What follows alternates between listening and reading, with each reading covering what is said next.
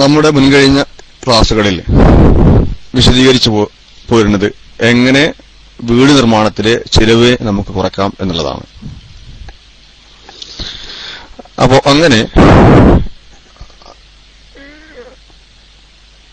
ചെലവ് കുറയ്ക്കുന്നതോടുകൂടി ഒരു സാധാരണക്കാരന്റെ ഹൗസിംഗ് ലോണ്, മറ്റ് ലോണുകൾ, ഇത്തരം ലോണുകളൊക്കെ നമ്മൾക്ക് ആശ്രയിക്കാതെ നമ്മളുടെ പരമാവധി ശ്രദ്ധ കൊണ്ട് നമ്മൾക്ക് എന്ത് ചെയ്യാം, വീടിന്റെ ഒരു നല്ലൊരു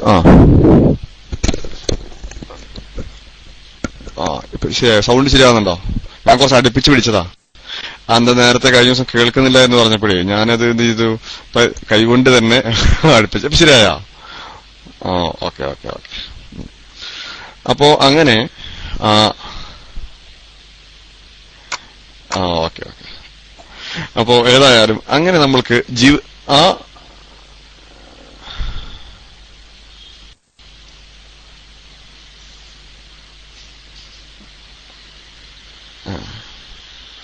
അപ്പൊ അതിന്റെ ഇടയ്ക്ക് ഒരു സാറ് വിളി സാരല്ല. അപ്പൊ എന്താ അറിയോ, നമ്മൾ ഇത് ഇടയ്ക്ക് കേൾക്കുന്നതുകൊണ്ട് എന്താക്കില്ല, അത് മൈൻഡാവാതെ പോവലാണ്. അവസരമുണ്ടാവും. നമ്മൾക്ക് ഈ ക്ലാസ്സിന് ഒരു കുറച്ച് സമയം സംസാരിച്ചതിന് ശേഷം ഇൻഷാ അല്ലാഹ് വീട് സംബന്ധമായി നിങ്ങൾ വിഷയങ്ങൾക്ക് ഇൻഷാ അല്ലാഹ് നമുക്ക് മറുപടി പ്രതീക്ഷിക്കാവുന്നതാണ്.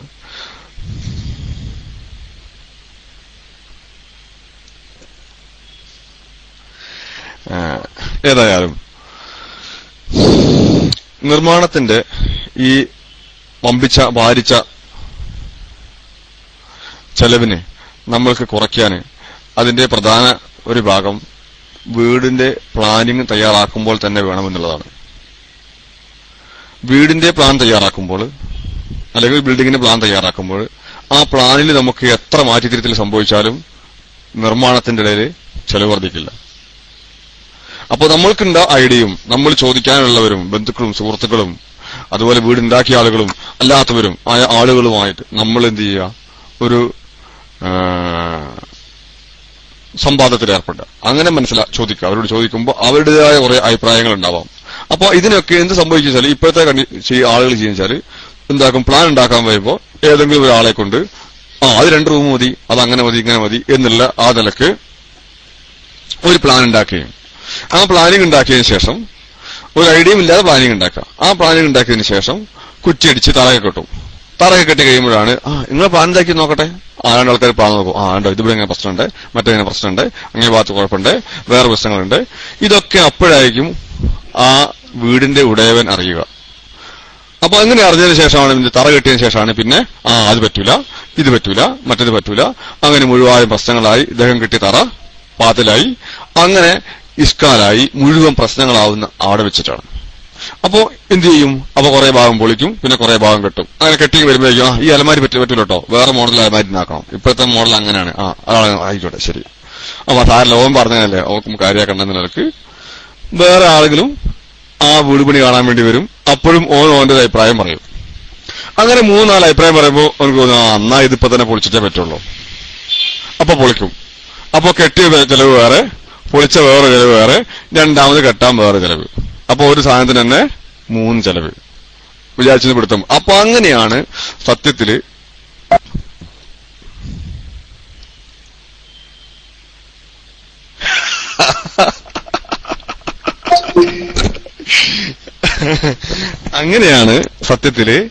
ഈ ഇത്തരം ചെലവുകളൊക്കെ ഒരു പരിധിവരെ കൂടുന്നത്. വേറെ ആളുകൾ ചെലവ് അങ്ങനെ കുടുങ്ങല്ല, വേറെ ആളുകൾ വേറെ രീതിയിൽ കുടുങ്ങാണ്. ഒരാള് ഒരു PM അയച്ചു. അപ്പോ ഏതായാലും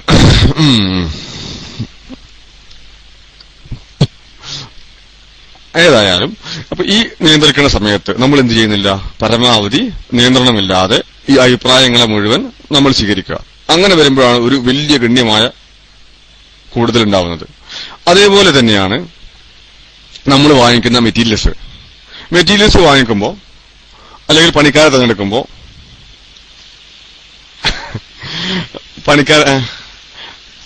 നമ്മൾ എന്ത് ചെയ്യും, ഏറ്റവും ചെലവ് കുറഞ്ഞ പണിക്കാരനെ അല്ലെങ്കിൽ കൂലി കുറഞ്ഞ പണിക്കാരനെ. സത്യത്തിൽ കൂലി കുറഞ്ഞ പണിക്കാരൻ എന്താവില്ല, ചിലപ്പോ പണി അറിയണ്ടാവില്ല. മിക്കവാറും പണി അറിയേണ്ടവരാ.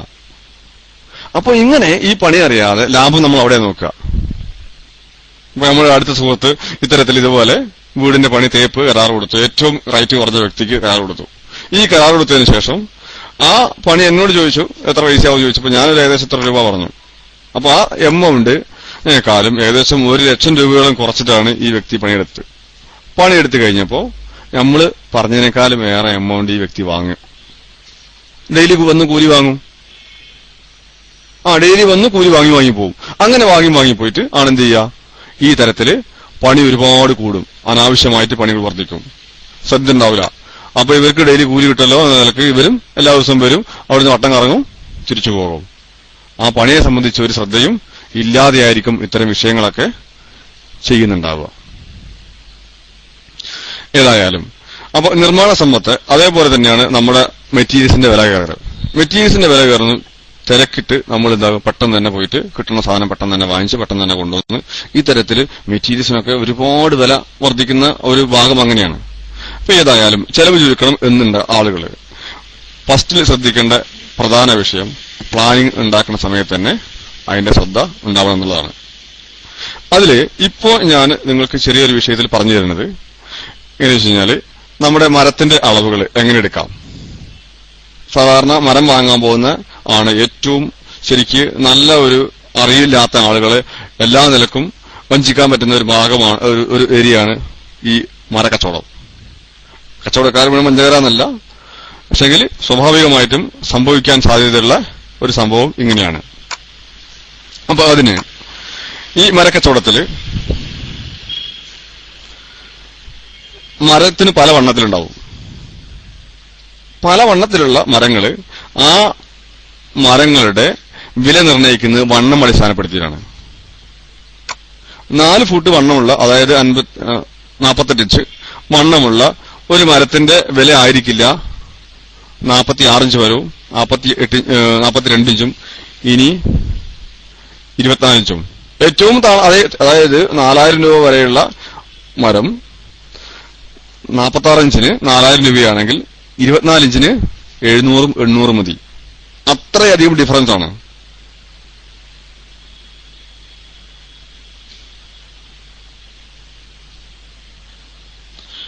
അത്രയധികം ഡിഫറൻസ് ആണ് അതായത് ഈ സംഭവത്തില്. അപ്പൊ ഇതുപോലെ സാധാരണക്കാർ എന്ത് ചെയ്യാണ്, ഈ സാധനം നേരെ മരം വാങ്ങിച്ച് കൊണ്ടുവരിക. അപ്പോ അത് നമുക്ക് തേക്ക് ലാഭത്തിന് കിട്ടി, 2000 കിട്ടി, എനിക്ക് 2000 കിട്ടി തേക്ക്, അത് അപ്പുറത്ത് 4000 വില പറഞ്ഞത്. അപ്പൊ ഈ നിലക്ക് മരത്തിന്റെ വണ്ണം അടിസ്ഥാനപ്പെടുത്തിയാണ് അതിന്റെ മാർക്കറ്റ്.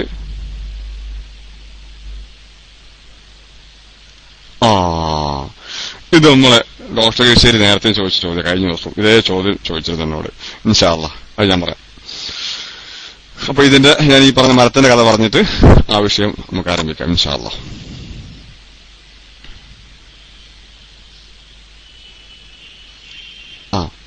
കുബിക് അടി നോക്കിയിട്ടാണ് മരത്തിന്റെ വില നിശ്ചയിക്കുക.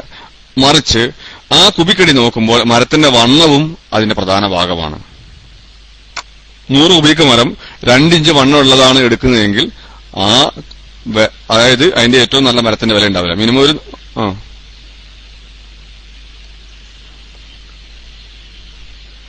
എന്താണ് കുബിക് എന്ന് പറഞ്ഞു കഴിഞ്ഞാല്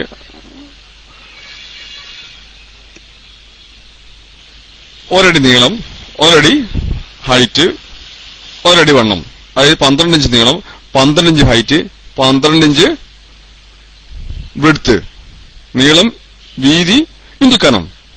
അങ്ങനെ 12 ഇഞ്ച് കൊണ്ട് അതിനെ അളക്കുമ്പോഴാണ്, ഉപയോഗിക്കുമ്പോഴാണ് ഒരു കുബിക് എന്ന് പറയുക.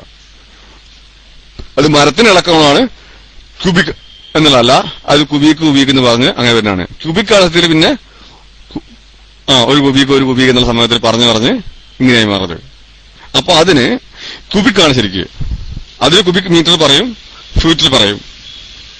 അത് MK സിസ്റ്റവും അങ്ങനെ ആ സിസ്റ്റത്തിനനുസരിച്ച് പേര് മാറുമെന്ന് മാത്രമേ ഉള്ളൂ. അപ്പൊ അതായത് ഈ കുബിക് എന്നുള്ള സംഭവം കുബിക്കാണ്. നീളം ഇൻറ്റു വീതി ഇൻറ്റു കനം.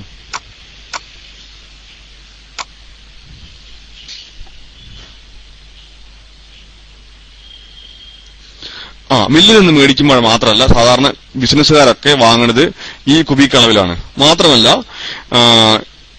നിൽക്കുന്ന മരമാണെങ്കിലും വിലയ്ക്ക് വാങ്ങുന്നത് ഇത്ര കുബിക്ക് മരം ഉണ്ടാവും എന്ന് കണ്ടുപിടിച്ചിട്ട് ആ കണക്കിന്റെ അടിസ്ഥാനത്തിലാണ് വില ഇട്ടിട്ടാണ് വാങ്ങുക.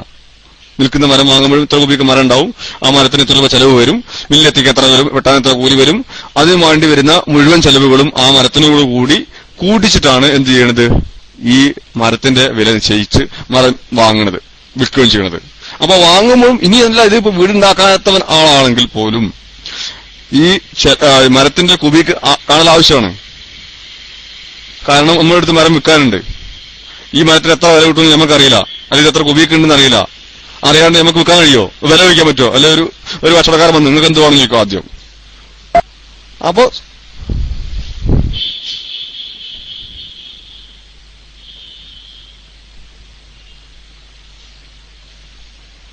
അപ്പോ അതങ്ങനെ തന്നെയാണ്. അപ്പോ അപ്പോഴും നമ്മൾ ഇവിടെ ഇത് പഠിച്ചു വെക്കേണ്ടത് ആവശ്യമാണ്. അപ്പോ ഇതിനെ അളക്കണ ഒരു സ്പെഷ്യൽ മെത്തേഡാണ്. സ്പെഷ്യൽ അല്ല, സാധാരണ ഉപയോഗിക്കുന്ന മെത്തേഡാണ്. സാധാരണ നാട്ടുനടപ്പിലൊക്കെ ചെയ്യണമെന്ന് വെച്ചാൽ എന്ത് ചെയ്യും, കുബീക്കിന്റെ പുസ്തകം ആ മില്ലിലുണ്ടാവും, ആ മില്ലിൽ പോയിട്ട് ഇത്ര വണ്ണം ഇത്ര നീളം അങ്ങനെ നോക്കിയിട്ടാണ് എന്ത് ചെയ്യുക, അതിനെ കണ്ടുപിടിക്കുക. അതിനു പകരം സാധാരണ നമുക്ക് ഞാൻ ഈ പറഞ്ഞു തരുന്ന കണക്ക് പഠിച്ചു വെച്ചാൽ എന്ത് ചെയ്യാം, സിമ്പിൾ ആയിട്ട് അതിനെ ചെയ്യാൻ പറ്റും. വണ്ണം ഇൻറ്റു നീളം. വണ്ണത്തിന് ഇഞ്ചിലാണ് കണക്ക് കൂട്ടുക. എപ്പോഴും വണ്ണം ഇഞ്ചി കണക്ക് കൂട്ടും. ആ ഇഞ്ചി കണക്ക് കൂട്ടുമ്പോൾ ഒരു വ്യത്യാസം വെച്ച് കഴിഞ്ഞാൽ നമ്മൾ പിടിക്കുന്ന വണ്ണം ആ മരത്തിന് എന്തെങ്കിലും പൊത്തുണ്ടെങ്കിൽ ആ പൊത്തുള്ള ഭാഗം നീളത്തിൽ നിന്ന് ഒഴിവാക്കും. രണ്ട്, ഈ മരത്തിനൊക്കെ ഇങ്ങനെ ഒരു ഒള്ളു പോലെ കാണും, ഒള്ളു പോലെ കാണും. ആ ഒള്ളുള്ള ഭാഗം എന്ത് ചെയ്യും, എത്ര ഇഞ്ച് എന്ന് അത് നേരെ ഈ ടേപ്പ് റൗണ്ട് വിട്ട് പിടിച്ചതിന് ശേഷം അതിങ്ങനെ തട്ടിച്ചു നോക്കും എത്ര ഉണ്ടെന്ന്. ആ ഇഞ്ചും കൂടി എന്ത് ചെയ്യും, വണ്ണത്തിൽ ഒഴിവാക്കും. ഞാൻ പറഞ്ഞ മനസ്സിലായോ? അതായത് ഒരു ടേപ്പിങ്ങനെ വണ്ണം ചുറ്റി പിടിയുമ്പോൾ ടേപ്പ് ചുറ്റാത്ത അല്ലെങ്കിൽ ടേപ്പ് എത്താത്ത ഭാഗങ്ങൾ ഉണ്ടാവും മരത്തിന്റെ. ആ ഭാഗത്തേക്ക് എത്ര ഇഞ്ച് ഉണ്ട് എന്നുള്ളത് നോക്കും, ആ എത്ര അടുത്തിട്ടാണ് മരത്തിലേക്ക് എത്താന്നുള്ളത്. ആ ഇഞ്ചും കൂടി എന്ത് ചെയ്യും, ഈ മരത്തിന്റെ വണ്ണത്തിൽ നിന്ന് കുറയ്ക്കും. അപ്പൊ അങ്ങനെ വണ്ണം ഇൻറ്റു വണ്ണത്തിനെ ഒന്നും കൂടെ ഗുണിക്കുക. അപ്പൊ ഒരു 48 ഇഞ്ച് വണ്ണാണെങ്കിൽ 48 ഇൻറ്റു 48 ഇൻറ്റു നീളം 7 ഫീറ്റ് 48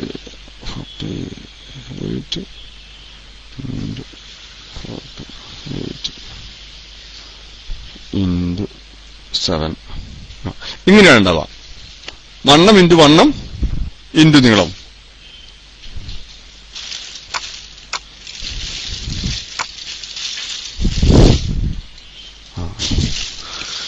അപ്പൊ ഇത്തരത്തില് കണക്ക് കൂട്ടി അപ്പൊ ആ കിട്ടുന്ന സംഖ്യയാണ് എന്താകും, അത് ശരിക്കും 7 കുബിക്കാണ് ഉണ്ടാവുക. 1 ഇൻറ്റു 1 48 ആണ് കൂട്ടിയാൽ 48 ഇൻറ്റു 48 ഇൻറ്റു 7 ബൈ 2308.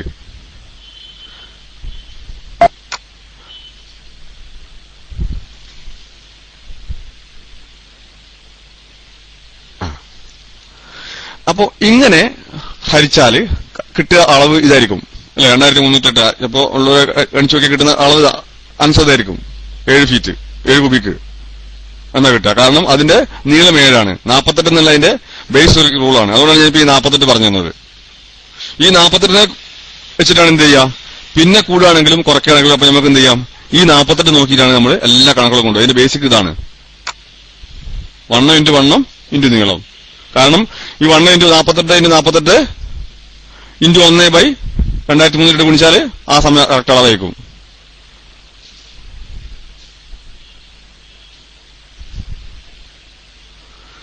അപ്പൊ ഇങ്ങനെ ആണ് ഈ കുബിക്ക് അളക്കുക. 2003 എന്താണോ അത് മനസ്സിലായില്ല. ഏതായാലും 2308 അത് തന്നെ സംഭവം, അതിനാണ് ശരി. അപ്പൊ അങ്ങനെയാണ് ആ കണക്കുണ്ടാവുക സംഭവം.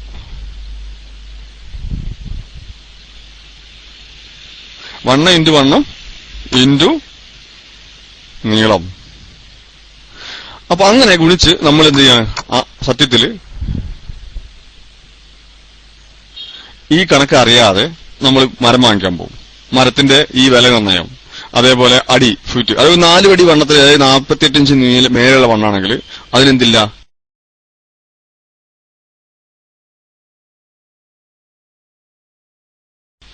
അതിനെല്ലാം ഒരു മാർക്കറ്റാണ്.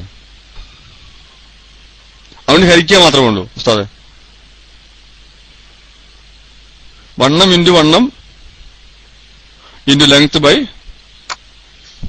48 ഗുണിച്ചാൽ എത്ര കിട്ടണുള്ളത്? ഇല്ലേ 2038. ഞാൻ എന്റെ ഓർമ്മ എടുത്ത് പറഞ്ഞ നോക്കി പറഞ്ഞല്ല.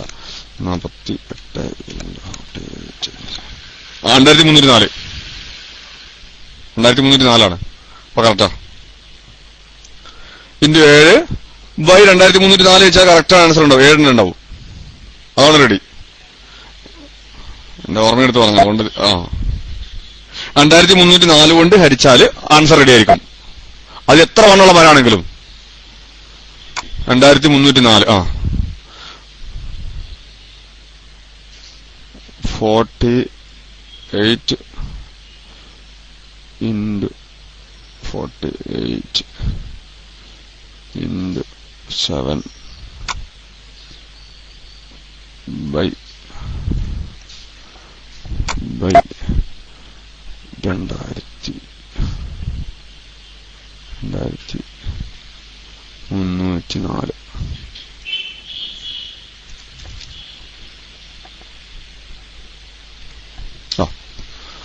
അങ്ങനെയാണ് സംഭവം.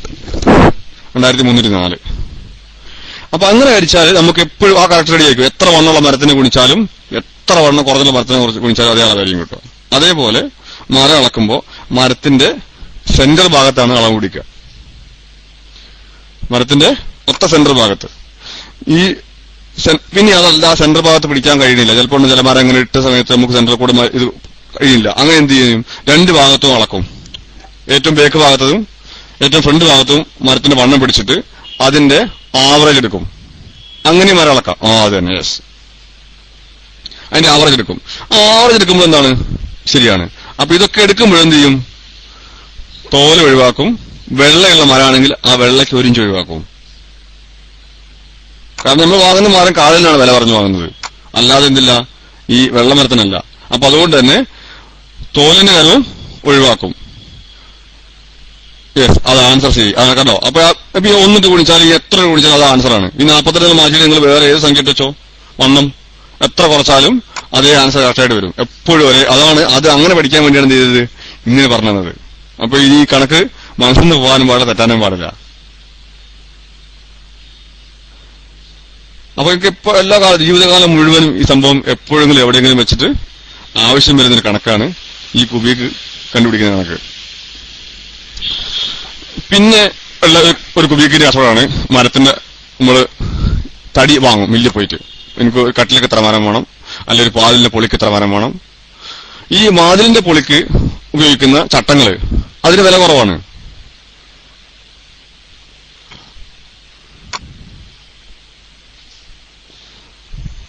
ഒരു പ്രാവശ്യം കൂടി ഇന്നും പറയണോ? കുബിക്ക് നോക്കുന്നത് 48 എന്നുള്ളത് അതിന് വണ്ണാണ്. ആ വണ്ണം ഇൻറ്റു വണ്ണം ഇൻറ്റു നീളം. നീളത്തിനെ നമ്മൾ എന്തായാലും ഇഞ്ചിലെടുക്കൂല. വണ്ണത്തെ നമ്മൾ ഇഞ്ചിലാണ് എടുക്കുക, നീളത്തിന് നമ്മൾ ഫൂട്ടിലാണ് എടുക്കുക. അതാണ് ശ്രദ്ധിക്കേണ്ട വ്യത്യാസം. അതേ ഹരിക്കണം 2304. അങ്ങനെയാണെങ്കിൽ നിങ്ങൾക്ക് കിട്ടുന്ന അളവ് എപ്പോഴും കറക്റ്റാണ്. വണ്ണം ഇൻറ്റു വണ്ണം ഇൻറ്റു നീളം. നീളം എടുക്കുന്നത് അത് ഫൂട്ടിലെടുക്കാൻ പാടില്ല. ഇനി 6 ഫൂട്ട് നീളമെങ്കിൽ 6.5, 6.4 ആണെങ്കിൽ 6.4, 6.25. അപ്പൊ അന്നിങ്ങനെ അങ്ങനെ ചെയ്യാൻ പാടുള്ളൂ. 6.4 ഉണ്ടെങ്കിൽ 6.75. അപ്പൊ ആ നിലയ്ക്ക് നമ്മൾ ചെയ്യാൻ പറ്റുള്ളൂ. ഈ അരേനും പകയും കാലിനെയും അത് അങ്ങനെ തന്നെ ഗുണിക്കാൻ പാടുള്ളൂ. പിന്നെ അതിന്റെ ഇടയിൽ 1 ഇഞ്ചാണെങ്കിൽ പിന്നെ അതിന്റെ അളവില്ല, അങ്ങനെ അത് ഉപയോഗിക്കാറില്ല. അതായത് ഇപ്പോ ഒരു 6.4 കഴിഞ്ഞ ശേഷം ഇപ്പോ 6 അടി 4 ഇഞ്ചാണ്, അതിനുശേഷം 5 ഇഞ്ചാണെന്നുണ്ടെങ്കിൽ നമുക്ക് എന്ത് ചെയ്യാം? ഒന്നുകിൽ കാലാക്കി കൂട്ടും, അല്ലെങ്കിൽ അരയാക്കി കൂട്ടും. 5 ഇഞ്ച് സാറിന് 5 ഇഞ്ചാണെങ്കിൽ കാലാക്കി തന്നെ കൂട്ടല്. ആ സമയത്ത് 6 ഇഞ്ചാകുമ്പോൾ അങ്ങോട്ട് പോവുകയും ചെയ്യും, അരയാക്കി കൂട്ടും. അങ്ങനെ ആ വ്യത്യാസമുള്ള എന്താക്കൂല, കൂട്ടൂല. അത് തന്നെ. യെസ്, ഇപ്പോഴാണ് സംഗതി കറക്റ്റായത്. അതിവിടെ ഞാനെല്ലാം കൂടെ ഈ കീവ് തപ്പി പിടിച്ച് അടിച്ചു വരുമ്പോഴേ അത് പോകുമെന്ന് വെച്ചിട്ടാണ്, സമയം ഒരുപാട് പോകും എന്ന് വെച്ചിട്ടാണ്. മൈക്കിൽ ആരും ഇല്ലാന്ന് ആളുകൾ വിചാരിക്കൂലേ, ആ നിലക്കാണ് നമ്മൾ അത് ചെയ്യാഞ്ഞത്. അതേപോലെ ശ്രദ്ധിക്കേണ്ട ഒരു ഭാഗമാണ് നമ്മൾ ഈ മരം കുബിക്ക് നമ്മൾ വാങ്ങിക്കാൻ പോകുന്ന മില്ലുകളിൽ നിന്ന് വാങ്ങിക്കാൻ പോകുമ്പോൾ ഈ അറുത്ത മരങ്ങൾ വാങ്ങിക്കുന്നത്. കട്ടിലേക്ക് ജനലേക്ക് ഉപയോഗിക്കുന്ന ആ ഉരുപ്പടി എന്ന് പറയുന്ന ഈർന്ന ആ മരത്തിന് അതിന് വെള്ളമില്ലാത്തതിന് ഒരു വില, വെള്ള കുറച്ച് ഭാഗങ്ങളുള്ളതിന് അതിന് വേറൊരു വില, ചിലപ്പോൾ വിള്ളലുകളൊക്കെ ഉണ്ടാവും മരത്തിന്റെ അവിടെയൊക്കെ, അതിനുള്ളതിന് വേറൊരു വില. അങ്ങനെ അവിടെ തന്നെ 3 വില വന്നു. വെള്ളമില്ലാത്തതിന്, വെള്ള കുറച്ചുള്ളതിന്, അത് വിള്ളലുകളുള്ളതിന്, അങ്ങനെയുള്ള 3 വിലയാണ്. അതേപോലെയാണ് ഈ മരങ്ങളെക്കാളും കുറഞ്ഞ വിലയാണ് സത്യത്തില് എന്തിന്, ചട്ടങ്ങൾക്ക്. ആ സ്ഥാനത്ത് പലകക്കല്ല കേട്ടോ, ഉള്ളിലിരുന്ന് ഡോറിനൊക്കെ ഉള്ളിലിരുന്ന പലകക്ക് ഈ മറ്റു മരത്തിന്റെ തടി മരത്തിന്റെ പോലെ തന്നെ വിലയുണ്ട്. ആ സ്ഥാനത്ത് ചട്ടങ്ങൾക്ക് ഇതിനേക്കാളും വില കുറവാണ്. അതും ഇതേപോലെ കാറ്റഗറി ഉണ്ട്. അപ്പൊ ഇതൊന്നും അറിയാതെയാണ് എന്ത് ചെയ്യുക, ആളുകൾ പോയിട്ട് പെട്ടെന്ന് തന്നെ അവിടെ പോയിട്ട് സാധനം വാങ്ങിച്ചു വരും. അപ്പൊ പറയും ആദായത്തിൽ കിട്ടിയെന്ന്. സത്യത്തിൽ എന്ത് ചെയ്തിട്ടുണ്ടാവും, ഈ ആദായത്തിൽ കൊടുക്കുക എന്നുള്ള സംഭവം ആദായത്തിൽ മൂപ്പർക്ക് കിട്ടിയെന്നുള്ളതാണ്, വാങ്ങിയവനല്ല വിറ്റവൻ ആദായത്തിൽ കിട്ടിയെന്നുള്ളതാണ്. ഇതൊന്നും ശ്രദ്ധിക്കാതെയാണെങ്കിൽ എല്ലാ കച്ചവടക്കാരും അല്ല പറഞ്ഞ് പൊതുവെ ഉള്ള ഇത്തരത്തിലുണ്ട അവിടെ ആ ഭാഗങ്ങളിൽ വരുന്ന ആ കച്ചവടത്തിൽ വരുന്ന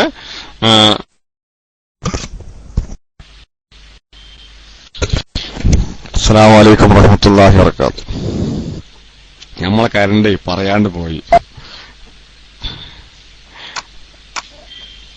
അപ്പോഴാണ് ഇത് സംഭവിച്ചത്, നമ്മളിവിടുന്ന് പോയത്. അപ്പൊ വേറൊന്നും വിചാരിക്കണ്ട.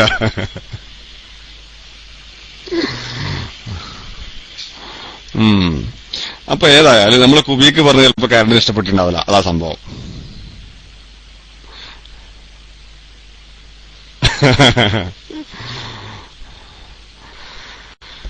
അപ്പൊ അങ്ങനെ ആ ഒരു ഭാഗത്തിന്റെ മനസ്സിലായി എന്ന് വിചാരിക്കുന്നു. നമ്മളെ കുബിക്ക് എങ്ങനെയാണ് എടുക്കുക, ആ മരം എങ്ങനെയാണ് വാങ്ങിക്കുക എന്നുള്ള നിലക്ക്. അപ്പൊ ഈ 40ന്റെ കണക്ക് പറഞ്ഞത് അത് നേരെ ഇല്ല, സെയിം ആണ്. ഫൂട്ടും ഫീറ്റും ഒന്നാണ്.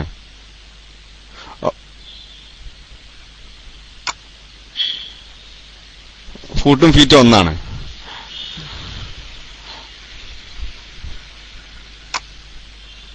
അപ്പൊ ഇനി സംശയമുള്ള ആളുകൾക്ക് എന്ത് ചെയ്യാം, സംശയമുള്ള ആളുകൾക്ക്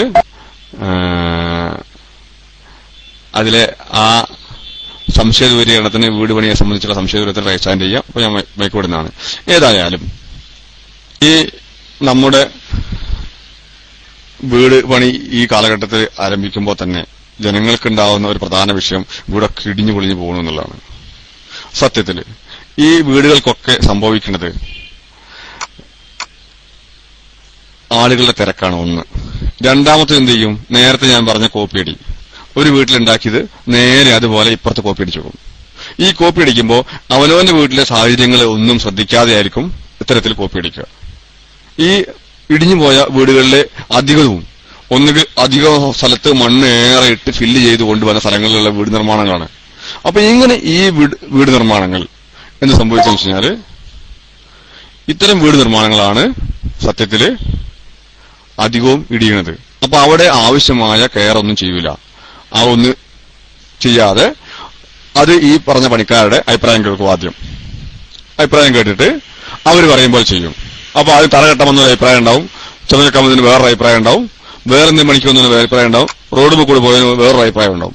അങ്ങനെ ഇവരുടെ എല്ലാവരുടെ അഭിപ്രായം കേൾക്കുമ്പോൾ വീട് പണി നടത്തുന്ന വ്യക്തിക്ക് കൺഫ്യൂഷൻ ആവും. അദ്ദേഹം എന്ത് ചെയ്യാണ്, അദ്ദേഹത്തിന്റെ സ്വന്തം തീരുമാനത്തിന് ഇത്തരം വലിയ കെട്ടൊക്കെ കെട്ടിപ്പൊക്കി അതിന്റെ മുകളിൽ ബിൽഡിംഗ് ഉണ്ടാക്കും. അപ്പൊ ഇങ്ങനെ ഉണ്ടായി കഴിയുമ്പോൾ അവിടെ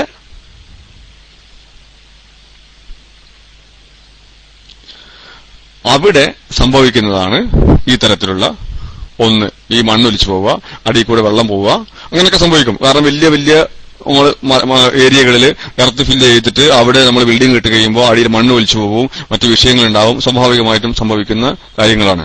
അപ്പൊ അതാണ് എന്ത് ചെയ്യണത്, ഈ സാധനത്തിന് ഒന്ന് സംഭവിക്കുന്നത്. രണ്ട്, ശ്രദ്ധാപൂർവമല്ലാത്ത മറ്റു വർക്കുകൾ.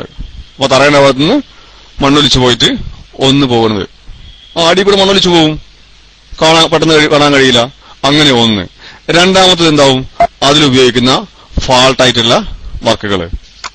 അതെന്ത് ചെയ്തിട്ടുണ്ടാവില്ല, ആവശ്യത്തിന് സിമെന്റ് ചേർത്തിട്ടുണ്ടാവില്ല, കല്ലിന് കറക്റ്റായ ജോയിന്റ് ഉണ്ടാവില്ല, ആ തരം സാധനങ്ങൾ ഒന്നും തന്നെ ഉണ്ടാവുകയില്ല. മൂന്നാമത് ഇത്തരമൊക്കെ ചെയ്യും. അതായത് സാധാ ഒരു നല്ല സ്ട്രെങ്ത് ഉള്ള സ്ഥലത്ത് ചെയ്യാൻ കഴിയുന്ന സാമ്പത്തിക ലാഭത്തിന്റെ കുറെ വർക്കുകളുണ്ട്. ആ അത്തരം വർക്കുകളൊക്കെ സ്ട്രെങ്ത് കുറഞ്ഞ ഭാഗങ്ങളിൽ ചെയ്തു കഴിയുമ്പോൾ സംഭവിക്കുന്ന അബദ്ധങ്ങളാണ് സത്യത്തിൽ ഈ തരം വരുന്ന ചെലവ് കൂടുന്നതും ബിൽഡിംഗ് ഇടിയുന്നതും. ഇടിഞ്ഞു പോയ പിന്നെ നമുക്ക് അവിടെ ഭാഗം നന്നാക്കണ്ടേ, അങ്ങനെ വേണ്ടി വരും. അപ്പോ ശരിക്ക് അവിടെ പിന്നെ ഇതേപോലെ ചിലപ്പോ കോൺട്രാക്ടർമാരെ കുറ്റം പറയല്ല, ചിലപ്പോൾ അങ്ങനെയും സംഭവിക്കാം. അവരുടെ പ്രോഫിറ്റ് മാത്രം നോക്കുക. പിന്നെ വേറൊരു കൂട്ടരുണ്ട്, ഇനി കോൺട്രാക്ട് കൊണ്ട് കൊടുത്താൽ പിന്നെ പരമാവധി അഡീഷണൽ വർക്ക് എന്തൊക്കെ ഓന്റെ മേത്തേക്ക് ഇട്ടുകൊടുക്കാൻ പറ്റുമോ അതൊക്കെ ഇട്ടുകൊടുക്കും. കോൺട്രാക്ട് കൊടുക്കുന്ന സമയത്ത് എന്താ പറയുക, ഇതിങ്ങനെ മതിട്ടോ, അതാ കുഴപ്പമില്ല, അങ്ങനെ ചെയ്തോളൂ, ഇതിങ്ങനെ അത് മതി അങ്ങനെ. പണി ഇങ്ങോട്ട് തുടങ്ങി കഴിയുമ്പോൾ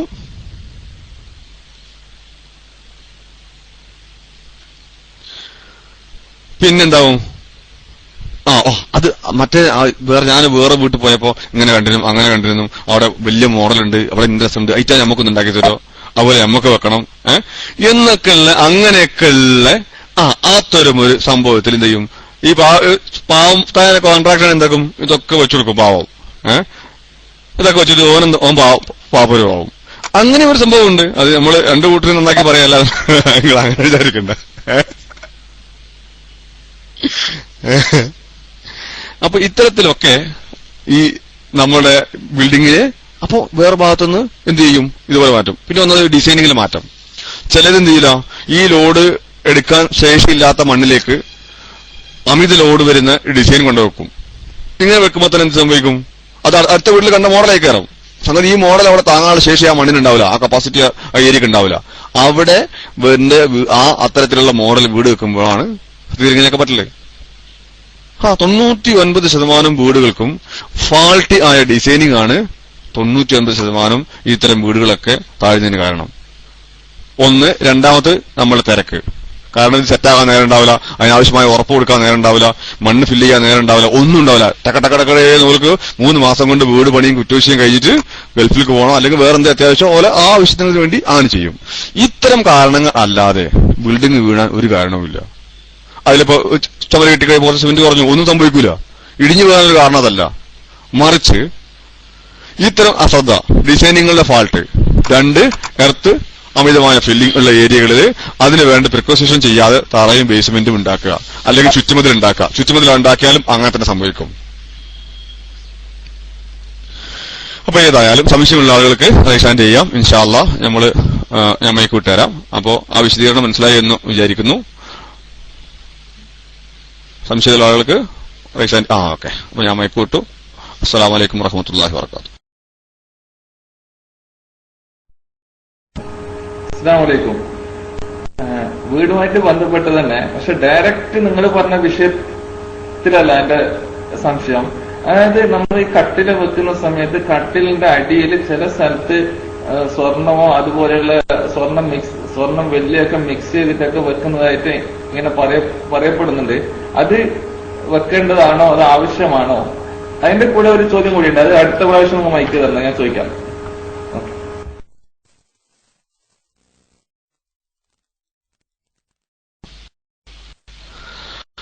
ഇപ്പൊ സുഹൃത്തെ, അതായത് അത് വെക്കുക എന്ന് പറഞ്ഞാല് സ്വർണ്ണമൊക്കെ ആണെങ്കിൽ 1 പവനോ 1.5 പവനൊക്കെ വെക്കണം. അല്ലാണ്ട് നിങ്ങൾ ഈ 10 റുപ്യ 20 റുപ്യ ചെറിയ തകടയും കൊണ്ട് വെക്കരുത്. എന്തെങ്കിലേ കാര്യമുള്ളൂ. അതായത് ഞാൻ പറയുള്ളൂ, 1 പവൻ 1.5 പവനൊക്കെ വെക്കണം. ഈ ചെറിയ കഷ്ണം കൊണ്ടുവച്ചിട്ട് കാര്യം കിട്ടണോ, എന്ത് ഉപകാരം വേണ്ടേ? അതെ, ഞാനങ്ങനെ പറയുള്ളൂ. പിന്നെ അങ്ങനെ ഏതെങ്കിലും ഉസ്താദുമാർ നിർദ്ദേശിച്ചിട്ടുണ്ടെങ്കിൽ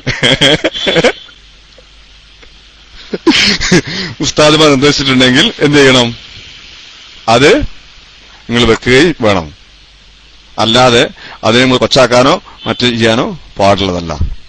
സാധാരണയൊക്കെ പണ്ട് കാലങ്ങളിലൊക്കെ അങ്ങനെ വെച്ചത് ആൾക്കാർ വീട്ടിൽ കൊണ്ടുപോയി നമ്മൾ കേട്ടിട്ടുള്ളത്. അതുകൊണ്ടാണ് ഇപ്പൊ അങ്ങനെ പറഞ്ഞത്. കാരണം കിട്ടണോ എന്തെങ്കിലും കിട്ടണമല്ലോ എന്നുള്ള നിലക്ക് കേട്ടോ. അപ്പൊ അതുകൊണ്ട് നിങ്ങൾ എന്താകണ്ട, ഞങ്ങളങ്ങനെ ഒരാളുകളെ മോശമാക്കി പറഞ്ഞതോ ചിത്രീകരിച്ചതോ പറഞ്ഞതോ അല്ല എന്നും കൂടെ ഉണർത്തുന്നു അദ്ദേഹത്തിനോട്. മൈക്കോട്ടു.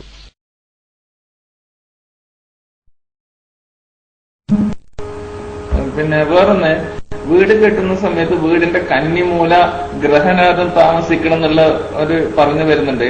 അവിടെ അബദ്ധത്തിൽ ആരെങ്കിലും ബാത്റൂമോ കക്കൂസ് നിർമ്മിച്ചു കഴിഞ്ഞാൽ അത് പിന്നീട് പൊളിക്കണമെന്നും പറയാറുണ്ട്. ഇനി അത് ബാത്റൂമോ കക്കൂസോ അവിടെ നിർമ്മിച്ച് കഴിഞ്ഞ ഒരാള് അത് പൊളിക്കാതെ ആ പ്രയാസം ദൂരീകരിക്കാൻ വേറെ വല്ല വഴിയുണ്ടോ?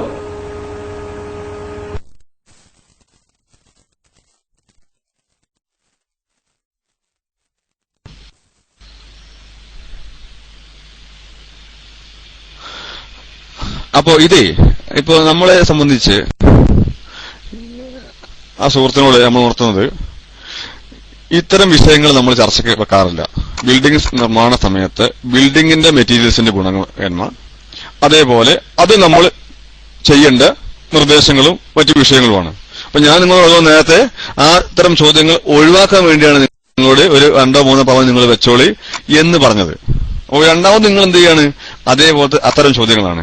ഇതിനൊക്കെ പഠിച്ച ഉസ്താദുമാരുണ്ട് ഈ വിഷയത്തിൽ, SGBയിലുണ്ട്, അല്ലാതെയുണ്ട്. അവർക്ക് എന്ത് ചെയ്യാം, അവരോട് നിങ്ങൾക്ക് നിങ്ങളുടെ സംശയം ഒന്നുകിൽ പബ്ലിക്കിലോ ഇനി അതല്ല മറ്റ് പേഴ്സണലായിട്ടോ നിങ്ങൾക്ക് പോയി ചോദിച്ച് അത്തരം ചോദ്യങ്ങൾക്ക് മറുപടി കണ്ടെത്തി നിങ്ങൾക്ക് അതനുസരിച്ച് ചെയ്യാവുന്നതാണ്. അല്ലാതെ എന്ത് ചെയ്യില്ല, ഷമീറിനെ സംബന്ധിച്ച് അത്തരം വാസ്തു സംബന്ധമായ ചോദ്യങ്ങൾ നിങ്ങളൊക്കെ ചോദിച്ചത് അല്ലേ, രണ്ടും നമ്മൾ അത്തരത്തിൽ വാസ്തു കൺസൾട്ടന്റ് അല്ല, മറിച്ച് ഒരു ബിൽഡിംഗിന്റെ കൺസൾട്ടന്റ് ആണ്. വാസ്തു സംബന്ധമായ ഒരു കൺസൾട്ടിംഗും നമ്മൾ എന്ത് ചെയ്യാറില്ല, നമ്മൾ അതിനെ നമുക്ക് അറിയാവുന്നതാണെങ്കിൽ പോലും പബ്ലിക്കിൽ ആരോടും പറഞ്ഞു കൊടുക്കാറും ഇല്ല. അത്രയ്ക്ക് അറിവുള്ള ആള് അല്ല നമ്മള്. ഇൻഷാ അല്ലാഹ്. അപ്പൊ ഞാൻ അടുത്ത ആൾക്ക് വേണ്ടി മൈക്ക് വിട്ടു. അപ്പൊ ദയവ് ചെയ്ത് എന്റെ സുഹൃത്ത് ഒന്നും എന്നോട് വിചാരിക്കരുത്.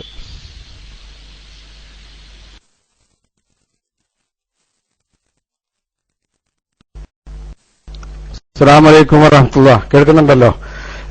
എനിക്ക് ചോദിക്കാനുള്ളത്, ഒരു വീടെടുക്കുമ്പോ, ഇപ്പൊ 2 നില വീടെടുക്കുമ്പോ പല ആൾക്കാരും ചെരിച്ചാണ് വാർക്കാറുള്ളത്.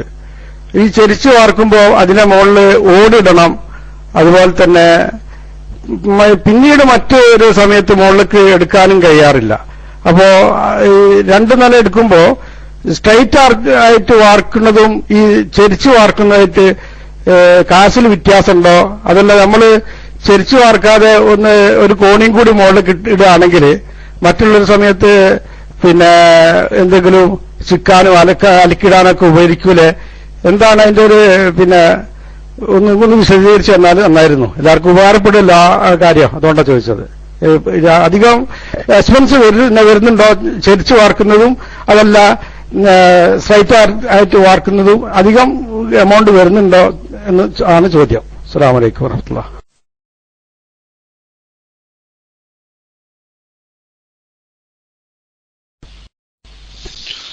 വഅലൈക്കും സലാം വറഹ്മത്തുള്ളാഹി വബറകാതുഹു. അപ്പോ നമ്മുടെ സുഹൃത്ത് നല്ലൊരു ചോദ്യമാണ്. സാധാരണ നമ്മുടെ നാട്ടിലെ ആളുകൾക്ക് സ്ഥിരപരിചയമായ ഒരു രീതി ചെരിച്ചു വാർക്കുക എന്നുള്ളതാണ്. പിന്നെ അപ്പൊ ഒരാൾ ചോദിക്കുന്നതിന്റെ ഇടയില് ഈ 2 നിലന്റെ മുകളിലും പിന്നൊരു നില വന്നു. സത്യത്തിൽ ചെറിയ 2 സെന്റിലോ 3 സെന്റിലോ വീടൊക്കെ ഉണ്ടാക്കുന്ന വ്യക്തികൾക്ക് 3 നില എന്ന് പറയുന്ന ഒരു സംഭവമല്ല. അവർക്ക് സംബന്ധിച്ച് ആ 2 സെന്റിലൊക്കെ ഉണ്ടാക്കുമ്പോൾ അവർക്ക് 3 നിലയൊക്കെ ഉണ്ടാക്കിയേ പറ്റുള്ളൂ. അപ്പോ അങ്ങനെയുള്ള ആളുകൾ 1-ാം നില കഴിഞ്ഞ് 2-ാം നില ശരിക്കണമെന്ന് വാശി പിടിച്ചാൽ പിന്നെ യാതൊരു മാർഗ്ഗമില്ല, അതിന് മുകളിലൊക്കെ ഉണ്ടാക്കാൻ കഴിയില്ല. അപ്പൊ അതുകൊണ്ട്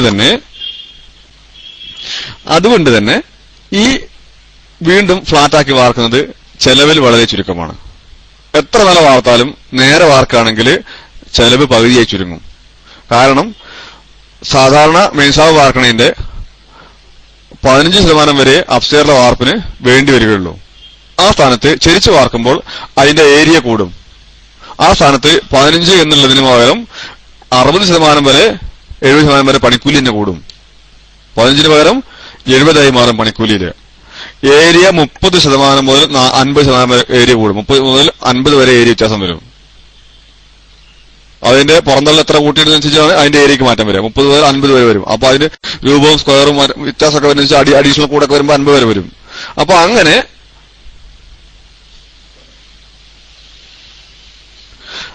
നേരെ 2-ാം നിലക്കും ഇതേപോലെ ഫ്ളാറ്റാക്കി വാർത്താല് ആ വാർപ്പിന്റെ മുകളിൽ നിങ്ങൾക്ക് എന്ത് ചെയ്യാം, ഒരു ഷീറ്റ് ഇട്ടാല് അവിടെ ഒരു 3-ാമത്തെ നില ഓട്ടോമാറ്റിക്കായിട്ട് നേരത്തെ അദ്ദേഹം പറഞ്ഞ പോലെ ഷെയർ വെച്ചെടുത്താൽ കറക്റ്റ് ആയിട്ട് ഒരു 3-ാം നില ഓട്ടോമാറ്റിക്കായിട്ട് അവിടെ ഉണ്ടാവും.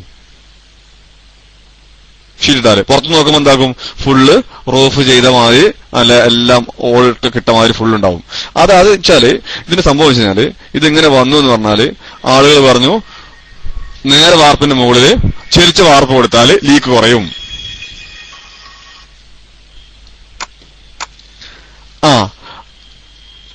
ചെരിച്ചു വാർത്ത ലീക്ക് കുറയും എന്നുള്ള ആ ഒരു സംഭാഷണം ആളുകൾ പിടിച്ചെടുത്തിട്ടാണ് എന്ത് ചെയ്ത് ലീക്ക് കുറക്കാൻ. അപ്പൊ അങ്ങനെ അന്ന് ആ കാലത്ത് കുറച്ച് ചെരിച്ചങ്ങ് വാർത്തു.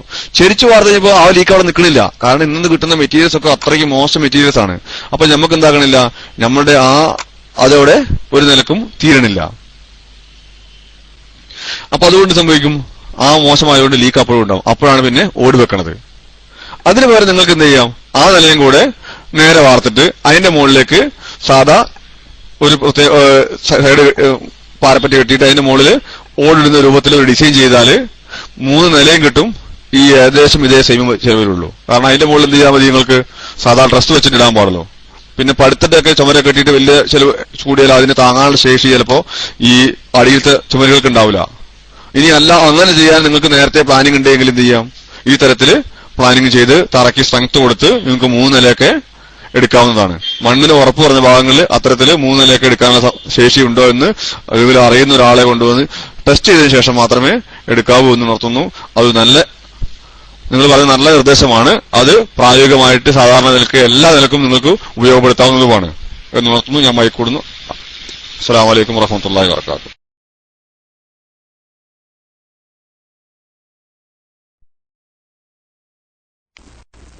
അസ്സലാമലൈക്കും. ഹലോ, അസ്സലാമലൈക്കും. പറയുന്നത് കേൾക്കണ്ടല്ലോ അല്ലേ? അത് എനിക്ക് ചോദിക്കാനുള്ളത്, ഒരു ഒറ്റ നിലയിലുള്ള ഒരു വീട്, ഒരു 1000 സ്ക്വയർ ഫീറ്റുള്ള വീടാണ്. അതിന്റെ മുകളിലേക്ക് ഒരു നിലയും കൂടിയും എടുക്കണമെന്ന് ഇപ്പൊ ആലോചിക്കുന്നുണ്ട്. അപ്പൊ നല്ല ഉറപ്പുള്ള പ്രതലത്തിലുള്ള വീടാണത്. തറയൊക്കെ നല്ല സ്ട്രോങ് ആണ്. അതിന്റെ മുകളിലത്തെ നില പണിയുമ്പോൾ താഴത്തെ നിലയിലെ ചുമരിന് സമാന്തരമായിട്ട് തന്നെ നമ്മൾ ചുമര് പണിയേണ്ടതുണ്ടോ, അതെല്ലാം നമ്മൾ അതിന്റെ ആ ടെറസില് വിലങ്ങനെയൊക്കെ പണിതാല് അതിന് ഉറപ്പ് കിട്ടുമോ എന്നറിയണം. അതുപോലെ തന്നെ ഷീറ്റ് ഇട്ടിട്ടുള്ള ഒരു വീടാണിത്. മോൾ ഭാഗത്ത് ഷീറ്റ് ഇട്ടിട്ടുണ്ട്. ഈ ഷീറ്റ് തന്നെ നമുക്ക് രണ്ടാമത്തെ നിലയുടെ റൂഫായിട്ട് ഉപയോഗിക്കാൻ പറ്റുന്ന രീതിയിൽ പണിയാൻ പറ്റുമോ എന്നാണ് അറിയേണ്ടത്. ദുആസിയത്തോടെ അസ്സലാമു അലൈക്കും വറഹ്മത്തുള്ളാഹി. വഅലൈക്കും സലാം വറഹ്മത്തുള്ളാഹി വബറകാതുഹു. അബു സഫ്വാൻ അല്ലേ? നല്ല. അപ്പൊ അദ്ദേഹത്തിന്റെ കണ്ണൂര് റിയാദിലാണ്. റിയാദ് കണ്ണൂർ റിയാദാ എന്തോ ആട്ടെ, ഏതായാലും നിങ്ങൾ പറഞ്ഞ അതേപോലെ അടി സ്ട്രെങ്ത് ഉള്ളതാണെങ്കിൽ നേരെ അതേപോലെ മേലെ ഏത് രീതിയിലാണെന്ന് വെച്ച് കഴിഞ്ഞാൽ അതിന് അഡീഷണൽ ബീം ഇട്ട് കൊടുക്കണം. അപ്പൊ അത് ബീം ഇട്ട് കൊടുക്കണമെന്നുണ്ടെങ്കിൽ അതിന് ആവശ്യമായ സ്ട്രെങ്ത് എവിടെയുള്ളതെന്ന് അറിയുന്ന ഒരു എഞ്ചിനീയറെ കൊണ്ടുപോയി കാണിച്ച് എനിക്ക് ഇന്നപോലെ ചെയ്യണമെന്ന് ആഗ്രഹമുണ്ട്, ഇവിടെ ഇന്നപോലെ ചെയ്യാൻ പറ്റുന്ന അഭിപ്രായം അദ്ദേഹത്തിനോട് ചോദിച്ച് അദ്ദേഹത്തിന് സമ്മതം വാങ്ങിച്ചതിന് ശേഷം അല്ലെങ്കിൽ അതിന് സ്ട്രെങ്ത്തിനെ നോക്കി അത് ഉറപ്പുവരുത്തിയതിനു ശേഷം മാത്രമേ ഇങ്ങനെ ചെയ്യാൻ പറ്റുള്ളൂ. അതായത് ബീമിട്ട് കൊടുത്തിട്ട് റൂമിന്റെ അളവുകളെ ചുരുക്കുകയും കൂട്ടുകയും ഒക്കെ ചെയ്യാം. അങ്ങനെയൊക്കെ നമ്മൾ എന്ത് ചെയ്യുന്നുണ്ട്, ഞങ്ങളൊക്കെ ഇപ്പോ ആ രൂപത്തിൽ ചെയ്യാറുണ്ട്. പല റൂമുകളും പൊളിച്ചു കളയാറുണ്ട്. അതേപോലെ സെന്റർ കട്ട് ചെയ്തിട്ട് നമുക്ക് എന്ത് ചെയ്യാം, സെന്റർ കട്ട് ചെയ്തിട്ട് നമുക്ക് അവിടെ ഹാളിൽ കൂടെ കോണി കൊടുക്കാം. അങ്ങനെ എല്ലാ സൗകര്യങ്ങളും നമുക്ക് ഇന്നത്തെ സാങ്കേതിക വിദ്യ അനുസരിച്ച് നമുക്ക് സിമ്പിൾ ആയിട്ട് നമുക്ക് ചെയ്യാൻ കഴിയുന്നതാണ്. ഒക്കെ ചെയ്യാം. അപ്പൊ ഏതായാലും അതേ ഡിസൈൻ തന്നെയാണ് നിങ്ങൾ ചെയ്യണമെങ്കിൽ നിങ്ങൾക്ക് നേരത്തെ ഇട്ട ഷീറ്റുകൾ തന്നെ നേരെ മേലെ കൊണ്ടിടാം, ഒരു പ്രശ്നമില്ല. അപ്പൊ നിങ്ങൾക്ക് ആ ഷീറ്റ് വേസ്റ്റ് ആവില്ല, അതിനുവേണ്ടി വന്ന എക്സ്പെൻസ് വേസ്റ്റ് ആവില്ല, ഒന്നുമില്ല. അപ്പൊ ആളുകളുടെ ഇടയിൽ നമ്മൾ ഒരു ഷോ കാണിക്കുക എന്നുള്ള നിലക്കല്ലാതെ നിങ്ങൾ ഒരു വീട് ഉണ്ടാക്കുകയാണെങ്കിൽ അതിന് എന്തില്ല, ക്ലിയർ ആയിട്ട് നിങ്ങൾക്ക് ഉണ്ടാക്കാം. ചെറിയ ചെലവുകൊണ്ട് ഈ വിഷയം പരിഹരിക്കുകയും ചെയ്യാം എന്ന് നോക്കി ഞാൻ മൈക്കൂടുന്നു. അസ്സലാമു അലൈക്കും വറഹ്മത്തുള്ളാഹി വബറകാതുഹു. അസ്സലാമു അലൈക്കും വറഹ്മത്തുള്ളാഹി വബറകാതുഹു. കേൾക്കുന്നുണ്ടെന്ന് വിചാരിക്കുന്നു. ഞാൻ ചോദിക്കുന്നത് പോലെ ഈ ലീക്കിനെ സംബന്ധിച്ച് നേരത്തെ പറഞ്ഞില്ല, ചെരിച്ച് വാർത്ത് കഴിഞ്ഞാൽ ലീക്ക് ഉണ്ടാവില്ല വെച്ചാണ് ചെരിച്ച് വാർക്കുന്നതെന്നൊക്കെ. ഞാനെടുത്തുള്ള വീടിനിപ്പോ ചെരിച്ച് വാർത്ത് ഓഫ് കോഴ്സ് പിന്നെ കുറെ കാലം കഴിഞ്ഞിട്ടാണെന്ന് തോന്നുന്നത്. കുറെ കാലം റൂഫൊക്കെ എടുത്തിട്ട് പിന്നെ ഇങ്ങനെ അവിടെ ഇല്ലാത്തതുകൊണ്ട് വീട് കുറെ കാലം കൊണ്ടാണ് തീർത്തത്. സ്ട്രക്ചർ എടുത്തിട്ട് കുറെ കാലം കഴിഞ്ഞിട്ടാണ് വീട് കുടിയിരിക്കുന്നതോടുകൂടിയാണ് നമ്മൾ ഓടിട്ട് പിന്നെ കുറെ കാലം കഴിഞ്ഞിട്ടാണ് വൈറ്റ് വാഷ് ചെയ്ത് അവിടെ ഇട്ടിരുന്നു. പിന്നെ ഇപ്പൊ ഞങ്ങൾ താമസിക്കാൻ ചെന്നപ്പോൾ പിന്നെ വാഷ് ചെയ്തപ്പോഴേ മുകളിൽ പോയി നോക്കുമ്പോഴേ റൂഫിലൂടെ ഇങ്ങനെ കിനിഞ്ഞിറങ്ങിയത് വാട്ടർ പെനിട്രേറ്റ് ചെയ്തായിട്ട് കാണുന്നുണ്ട്, ഓടിട്ടിട്ട് പോലും. അത് പിന്നെ എന്താണ് അത് മുമ്പത്തേതാണെന്ന് അറിയില്ല. കാരണം ഈ വൈറ്റ് വാഷ് ചെയ്തതിലാണ് കാണുന്നത്. കാരണം പെയിന്റ് അടിച്ചില്ല, വൈറ്റ് വാഷ് ചെയ്തതിലാണ് കാണുന്നത്. അത് ചെക്ക് ചെയ്യാൻ എന്താണ് വഴി എന്നുള്ളതും എന്തെങ്കിലും മാറ്റാൻ, അതോ ഇപ്പോഴുള്ള ലീക്കാനാണെങ്കിൽ അതെന്താണ് മാറ്റാൻ. കാരണം വാട്ടർ പ്രൂഫ് ചെയ്തില്ലായിരുന്നു. ഓടിനു മുമ്പ് വാട്ടർ പ്രൂഫ് ചെയ്യുന്നത് നല്ലതാണെന്ന് പറഞ്ഞിരുന്നു, പക്ഷേ ചെയ്തില്ലായിരുന്നു. അത്രയും ഫിനാൻസ് മുടക്കേണ്ടത് വിചാരിച്ചത്. പിന്നെ എനിക്ക് വേറൊന്നും അറിയാവുന്ന ഇപ്പൊ നാട്ടിലെല്ലാം ഒരു വീടിനകത്ത് മുകളില് ചൂടില്ലാതിരിക്കാനാണെന്ന് പറയുന്നത് ഹൈറ്റ് കുറച്ചൊരു സ്റ്റീൽ സ്ട്രക്ചർ കെട്ടിയിട്ട്, സ്റ്റീലാണെന്ന് തോന്നുന്നു, ഒരു ഷീറ്റ് ഇടുന്ന ഒരു ഏർപ്പാട് കാണുന്നുണ്ട്. എല്ലാം അധിക വീടുകളിലും കാണുന്നുണ്ട്. ഇപ്പൊ പുതിയ വീടിലും പഴയ വീടിലും. അപ്പോഴേ അത് എത്രത്തോളം പിന്നെ ഡ്യൂറബിൾ ആണ്, പിന്നെ ചൂട് അത് കുറക്കുമോ എന്നുള്ളതാണ്. കാരണം ഒരു യൂസേജ് ആയിട്ട് എല്ലാ ആൾക്കാർ കാണുന്നു. ഒരു മീറ്റർ ഹൈറ്റിൽ അല്ലെങ്കിൽ മാക്സിമം 1.5 മീറ്റർ ഉണ്ടെങ്കിൽ തന്നെ ഉള്ളൂ. ആ ഹൈറ്റിലാണ് ഇപ്പൊ സ്ട്രക്ചർ, സ്റ്റീൽ സ്ട്രക്ചർ കൊടുത്തിട്ട് ഇട്ട് കാണുന്നത്. അതിനെപ്പറ്റി കൂടെ ഒന്ന് വിവരിച്ചു തന്നായിരുന്നു. അസ്സലാമു അലൈക്കും വറഹ്മത്തുള്ളാഹി വബറകാതുഹു. വഅലൈക്കും അസ്സലാം വറഹ്മത്തുള്ളാഹി വബറകാതുഹു. സൗണ്ട് ശരിയായ? അപ്പോ ഇത്തരത്തില് പൊന്തിച്ച് റൂഫിന്റെ സ്ട്രക്ചർ പൊന്തിച്ച് ഒരു 1/2 അടി അല്ലെങ്കിൽ 1 മീറ്റർ താഴെ പൊന്തിച്ചിട്ട് ഇടുന്നത് എന്തിനു വെച്ച് കഴിഞ്ഞാല് ചൂട് കുറയുക എന്നുള്ള ആശയം വെച്ചിട്ട് മാത്രമാണ്. അങ്ങനെ ചെയ്യുന്നതാണ് ഈ എയർ സ്പേസ് ഉണ്ടാക്കുക, ആ എയർ സ്പേസിൽ ചൂട് കുറക്കുക എന്നുള്ളതാണ് ഉദ്ദേശം. മറിച്ച് ഇതിനൊക്കെ വേറെ രീതിയിൽ സിമ്പിൾ ആയിട്ട് നമുക്ക് ചെയ്യാൻ കഴിയും. അത്രയും വലിയ ഹോൾസ്, ഒരുപാട് വലിയ ഹോൾസ് കൂടുന്നതനുസരിച്ച് എന്താവും, ഇതിന്റെ എക്സ്പെൻസീവ് കൂടും. കാരണം കാണാന് കുറയ്ക്കുന്ന നിലക്ക് അത് ചെയ്യാൻ കഴിയില്ല. പിന്നെ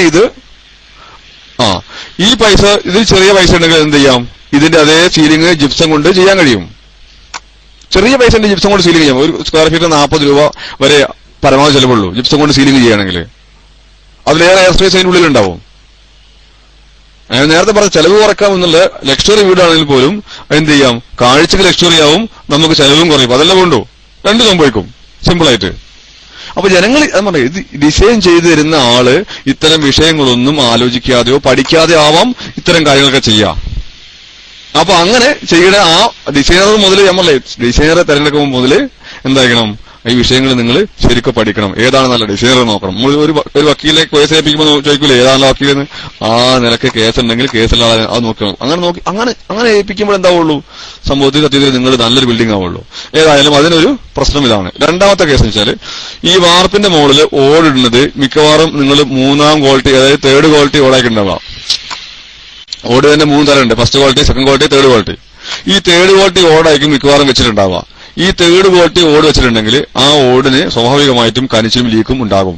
ഈ ഉണ്ടാവുന്ന കനിച്ചും ലീക്കും എന്ത് ചെയ്യും, നമ്മൾ അവിടെ മുകളിൽ പട്ടിക രൂപത്തിൽ സിമെന്റ് കൊണ്ട് നമ്മളൊരു അവിടെ ഇങ്ങനെ ഒരു ബണ്ട് പോലെ കെട്ടിയിട്ടുണ്ടാവും. ആ ബണ്ടിന്റെ മുകളിലായിരിക്കും ഈ ഓരോ ഓടും കൊളുത്തി വെച്ചിട്ടുണ്ടാവുക.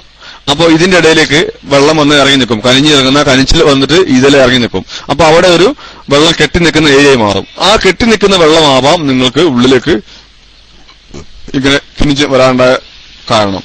അപ്പൊ അതിന് നിങ്ങൾ ഇതെല്ലാം ഓടും എടുത്തു മാറ്റിയ ശേഷം അവിടെ ഒരു ചെറിയ ചാലിട്ട് കൊടുക്കുക നേരെ ഒരു. അല്ലെങ്കിൽ ചിലപ്പോൾ നിങ്ങളെ വീടിന്റെ ഓടുകൾ ഏതെങ്കിലും പൊട്ടിയിട്ടുണ്ടാവും, ഇടയ്ക്ക് എവിടെയെങ്കിലും ഓട് പൊട്ടിയിട്ടുണ്ടാവും. പക്ഷെ പുറത്ത് നോക്കുമ്പോൾ കണ്ടിട്ടുണ്ടാവില്ല.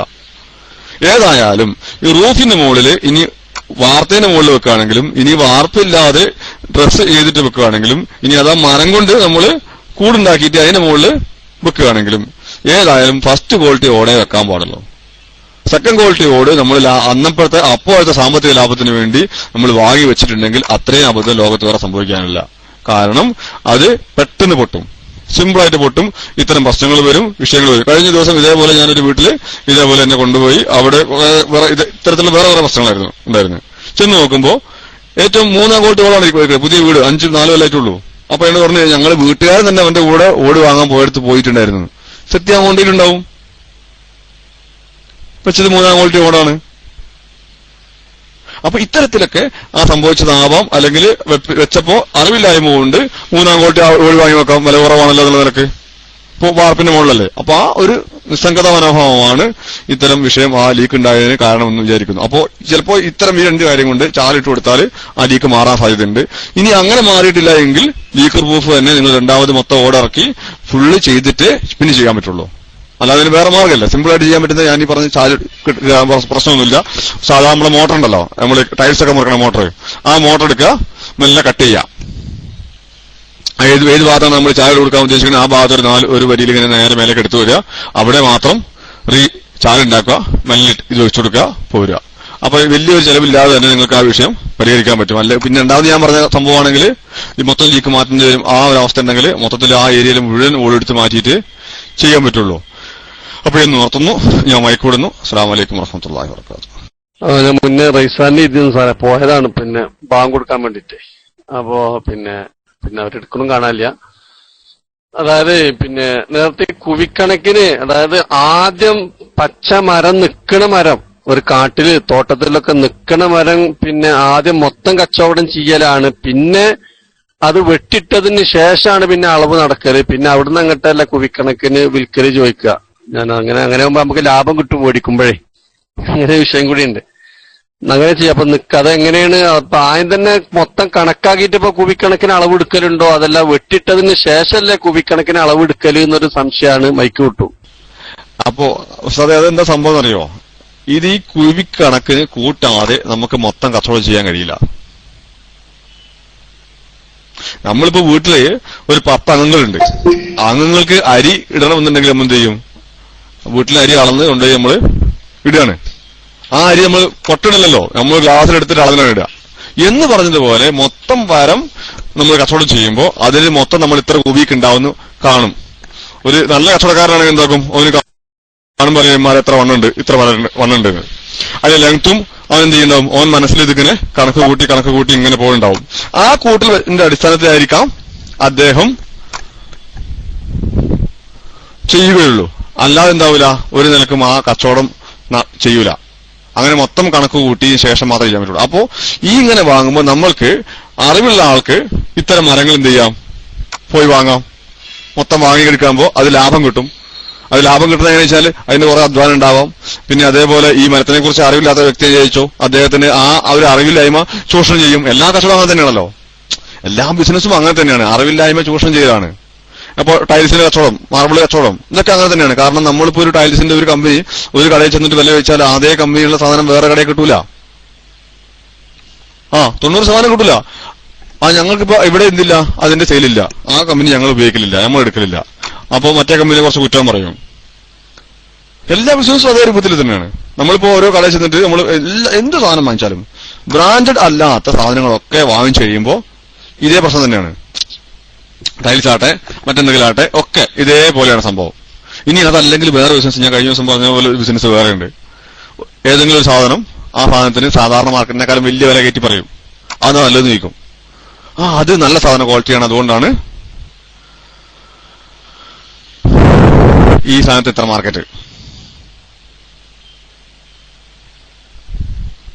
അങ്ങനെ പറഞ്ഞിട്ട് അതെന്ത് ചെയ്യും, അതിനെ വലിയ വിലക്ക്. അപ്പൊ ആള് ചോദിക്കും, അതെന്താ വലിയ വിലയുള്ള മുതലല്ലേ, വിലയുള്ള മുതൽ നന്നായി. ജനങ്ങൾ ധാരണയാണ് വില കൂടിയാൽ സാധനം നന്നായി എന്നൊരു ധാരണയാണ്. അപ്പൊ ആ നിലക്ക് വാങ്ങി പോകുന്ന ആൾക്ക് അങ്ങനെയും വാങ്ങാം. അപ്പൊ ഏതായാലും കുബിക്ക് എന്നുള്ള കൂട്ടില് ആ കണക്കും ഏതൊരാൾക്കും സാധാരണപ്പെട്ട എല്ലാ മനുഷ്യന്മാർക്കും മനസ്സിലാക്കി വെക്കുകയാണെങ്കിൽ നമ്മൾക്ക് അത്തരത്തിലുള്ള അബദ്ധങ്ങളിലൊക്കെ ചാടാതിരിക്കും. അപ്പൊ അത് കണക്കൂട്ടി നിങ്ങൾക്ക് വാങ്ങുകയും ചെയ്യാം എന്ന് ഓർത്തുന്നു. ഞാൻ മയക്കൂടുന്നു. അസ്സലാമു അലൈക്കും വറഹ്മത്തുള്ളാഹി വബറകാതുഹു. അൽഹംദുലില്ലാഹ്. അപ്പൊ ഏതായാലും റൈസാൻ ചെയ്ത ആളുകളൊന്നും എന്താക്കുന്നില്ല, മയക്ക് എടുക്കുന്നില്ല. അപ്പൊ അവർക്ക് വേണ്ട എന്ന് തോന്നുന്നു. ഏതായാലും ക്ലാസ് നിർത്താനുള്ള സമയവുമായി 5:30 ആയില്ലേ.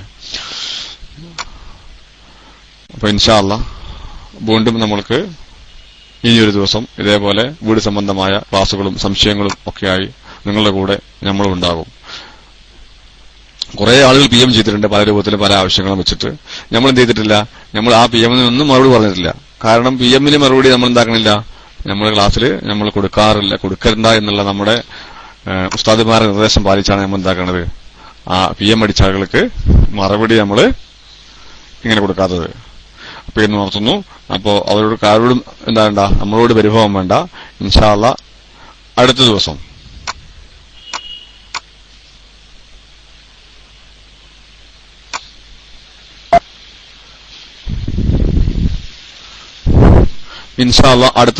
നമുക്ക്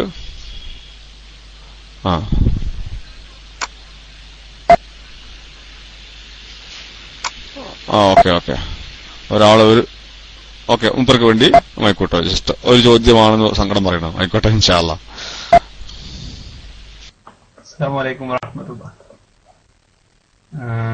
സാറേ, ഈ മഹാഗണി എന്ന മരം കൊണ്ട് നമ്മൾ ഉണ്ടാക്കിയ പണിത്തരം, വാതിൽ കട്ടില, വാതില, ജനല എന്നിവ ലോങ് ലൈഫ് കിട്ടാൻ നമ്മളിത് പോളിഷ് ചെയ്യുക, അല്ല പെയിന്റ് അടിക്കുക, അല്ല വാർണിഷ് അടിക്കുക, അതിലേതാണ് സ്യൂട്ടബിൾ ആയതെന്ന് അറിയാൻ വേണ്ടി താല്പര്യമുണ്ടായിരുന്നു. അസ്സലാമു അലൈക്കും.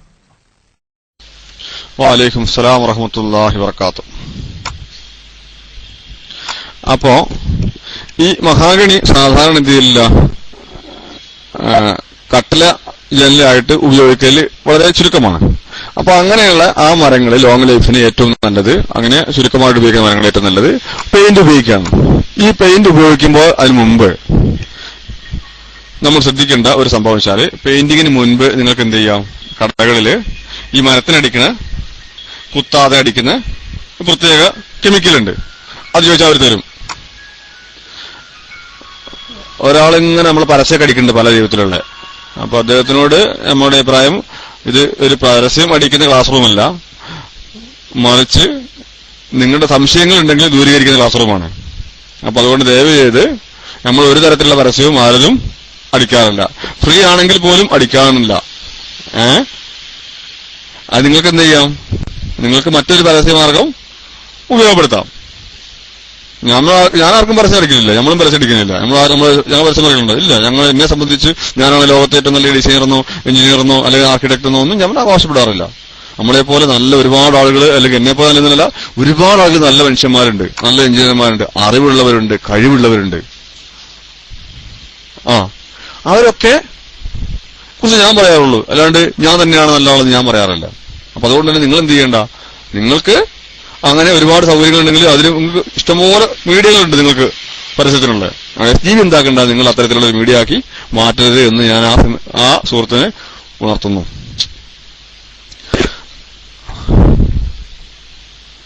അപ്പോ അതിന് ഇതുണ്ട്, മരുന്നുണ്ട്. ആ മരുന്ന് വാങ്ങിച്ചിട്ട് നിങ്ങൾ അടിക്കുക. ആ മരുന്നടിച്ചതിന് ശേഷം അതിന്റെ മുകളിൽ പെയിന്റ് ചെയ്താൽ എന്താവില്ല, മരം കുത്തോ പിടിക്കൊന്നുമില്ല, ഒരു പ്രശ്നം ഉണ്ടാവില്ല. അത്തരം മരുന്നാണ്. അതിന് പേര് പറയാത്തതുകൊണ്ടാണ് അറിയോ, പേര് പറയാത്തത് അത് ദുരുപയോഗം ചെയ്യുമെന്നുള്ള നിലക്കാണ്.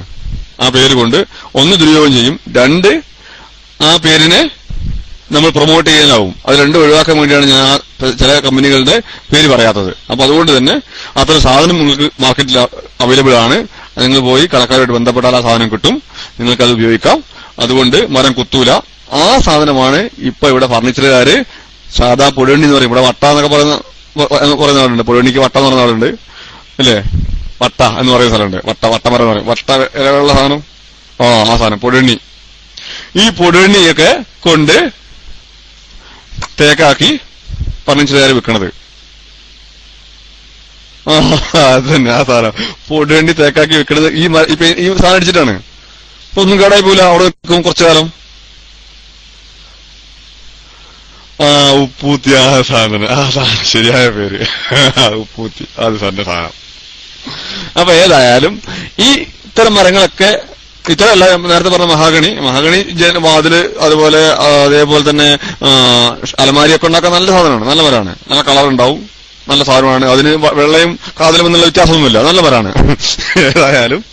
അപ്പൊ ഇത് നിങ്ങൾക്ക് ഇങ്ങനെ ചെയ്താലും എന്താവില്ല, ഒരു കാലത്തും നിങ്ങൾക്ക് അത് പേടിയേ വേണ്ട, കേടാവും എന്നുള്ള നിലക്ക്. അപ്പൊ ഞാൻ മൈക്ക് വിടുക, നമ്മൾ ക്ലാസ് നമുക്ക് അവസാനിപ്പിക്കാം ഇൻഷാ അല്ലാ.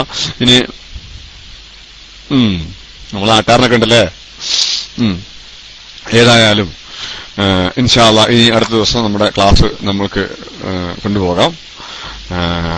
അപ്പോ എല്ലാവരും, എനിക്കും എന്റെ കുടുംബത്തിനും എന്റെ സുഹൃത്തുക്കൾക്കും നമ്മുടെ SGBയിൽ എല്ലാവർക്കും വേണ്ടിയിട്ട് നിങ്ങൾ എല്ലാവരും ദുആയിൽ ഉൾപ്പെടുത്തണം എന്ന് നിർത്തി ഞാൻ മൈക്ക് വിടുന്നു.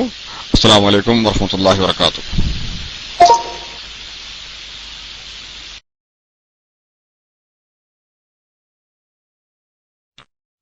വലൈക്കും സലാം വറഹ്മത്തുള്ളാഹി വബറകാതുഹു.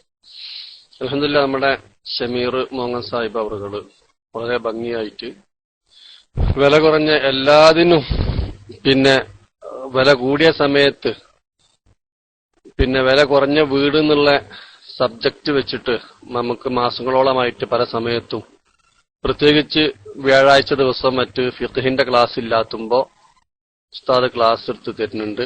അൽഹംദുലില്ലാഹ് സാറ് ക്ലാസ് എടുത്ത് തരുന്നുണ്ട്. അൽഹംദുലില്ലാഹ് വളരെ റാഹത്താണ്. ഒരു സുഹൃത്തുക്കൾ അടിക്കുന്നുണ്ട് എന്ന് അഡ്മിന്മാരൊന്ന് ശ്രദ്ധിക്കുക. ഞാൻ പള്ളിയിൽ പോകാൻ നിൽക്കുകയാണ്.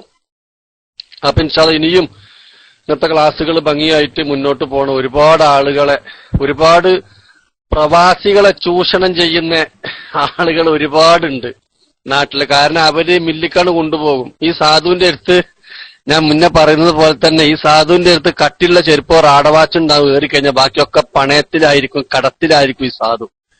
അപ്പൊ അതുകൊണ്ട് തന്നെ അവനെ കൂട്ടിപ്പോയിട്ട് കുവിക്കണക്കിന് മരം മേടിക്കാറിട്ട് ചിലപ്പോ ഒരു 1300 സ്ക്വയർ ഫീറ്റ് ഉള്ള വീടിന് 2 ലക്ഷത്തോളം മരം തന്നെ വന്ന ആളുകളുണ്ട്.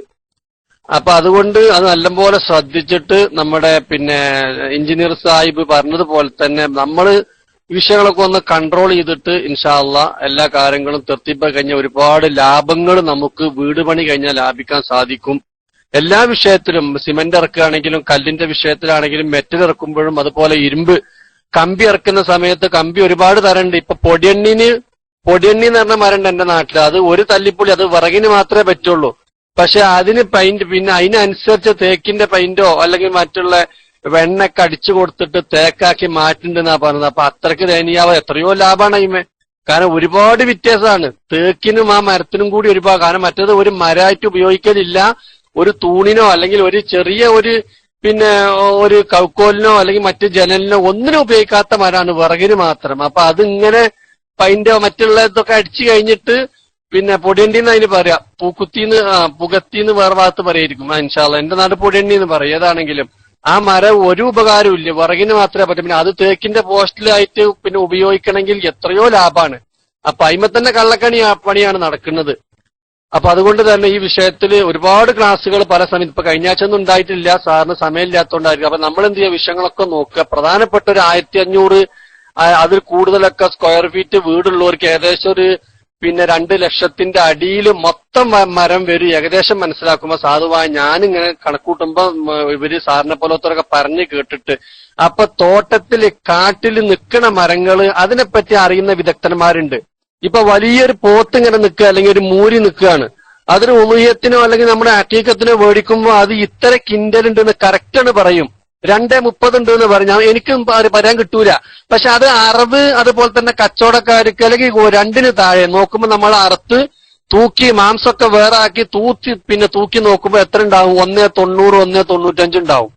അപ്പോ അതുപോലെ തന്നെ കാട്ടിക്ക് നമ്മൾ അവരെ കൂട്ടി പോകുക, ആ വിദഗ്ധന്മാരാകുന്ന ആളുകളെ നമ്മളെങ്ങാണ്ട് പ്രായം ഉണ്ടായിരിക്കും, അവരെ കൂട്ടിച്ചെന്ന് സംസാരിച്ചു കഴിഞ്ഞാൽ മരങ്ങൾ കറക്റ്റ് നോക്കുമ്പോ ഇത്ര റുപ്യൊക്കെ ഉണ്ട്. അത് നമ്മ മൊത്തം കണ്ട് എടുത്തു കഴിഞ്ഞാൽ ഒരുപാട് ലാഭം കിട്ടും, ബാക്കി നമുക്ക് വിൽക്കും ചെയ്യാം.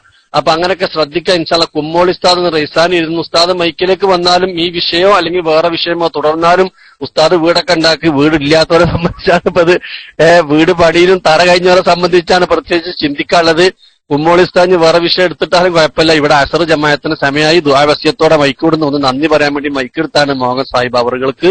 കുമ്മോളി ഉസ്താദ് മൈക്കിലേക്ക് വരെ മറ്റ് അനാവശ്യ ടെസ്റ്റുകൾ ഇൻഷാല്ല അഡ്മിന്മാര് കൺട്രോൾ ചെയ്യണം എന്നും അറിയിക്കുന്നു. അസ്സലാമു അലൈക്കും.